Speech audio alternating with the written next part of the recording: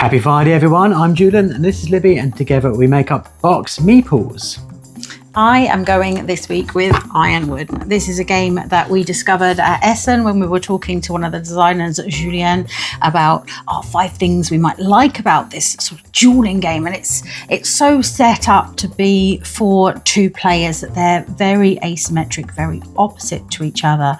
So you are either playing the woodwalkers who are trying to find those totems and get them out into the outer forests, or you're playing the ironclad and you are trying to build up those forges around the board, and you're both trying to use the crystals to do that. And it's interesting the way you use your cards, which are so different in each of the players' packs, to try to stop each other and get in each other's way while still trying to make enough progress yourself, and having priority over certain areas. And the battling in this with the cards is also interesting because you'll have the sort of base attack, you'll have the defensive, and then you also have the sort of power element of what's going to happen next and who's actually going to come away heads up out of all of these battles and get those advantages from play in this. So you really are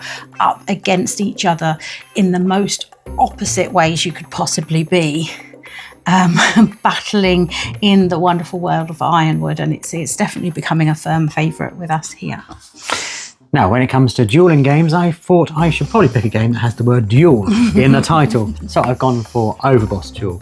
Now, Overboss is a game I thoroughly enjoy, but I mainly play solo because, to be honest, the kind of playing in multiple players, there's not a lot of interaction. The only frustration you get with it is when someone takes a token and a monster that you want. So having a dual version of it really does make it much more competitive because you have a shared board, and where you're placing things on that really does affect both what you can do and what your opponent's going to do.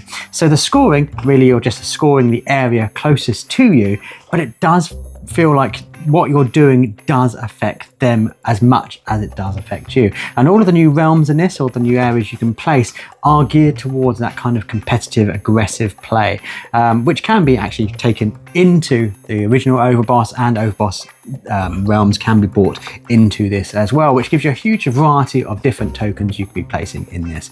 I really love the original, and so when we're playing not solo, this is the game I reach for.